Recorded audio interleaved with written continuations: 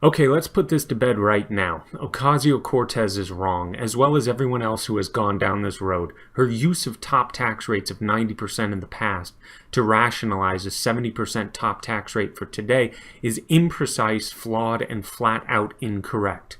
No one paid those taxes while the top tax rate was 90% in the 50s and 60s.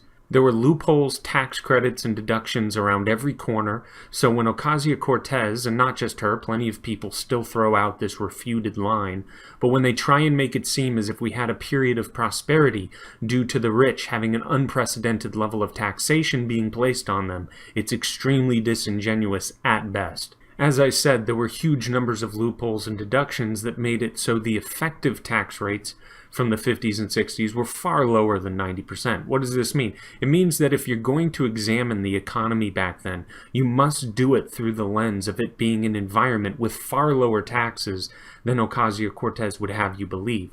The funny part about this is, as I've said, she's trying to make it seem like we had insanely high taxes on the rich and we experienced economic growth and prosperity, except for the fact that we didn't have those high taxes on the rich and we had economic prosperity. So it seems as if the opposite is true. To put it very simply, it was as if the government says, okay, after a certain point your income is going to be taxed at 90% rate, but if you've done this, if you've bought this, if you've donated here, if you own this asset, if you've done a whole myriad of things that people do naturally, then you don't owe us that much in taxes. It would be like if you bought a TV for $100, but then the store says you're their millionth customer, so they give you back $60. At the end of the day, that TV did not cost you $100. It only cost you $40.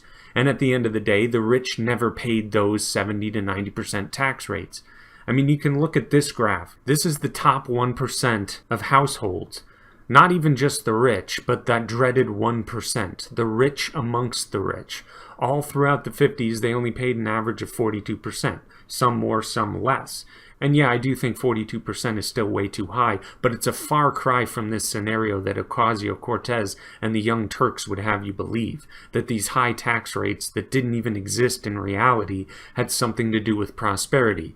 By the way, I mention the Young Turks because they've been espousing these same falsehoods recently as well. So long story short, if anyone ever tries to tell you that back in the 50s and 60s the rich paid these exorbitant amounts of taxes, just remind them about the effective tax rate. What did people actually effectively pay? It was far lower than whatever high number they're going to throw out at you. So at the very least you can show them as being very disingenuous. But anyway, that's got to be it for me right now. Peace out, and like and subscribe if you're not doing anything else. Alright, bye.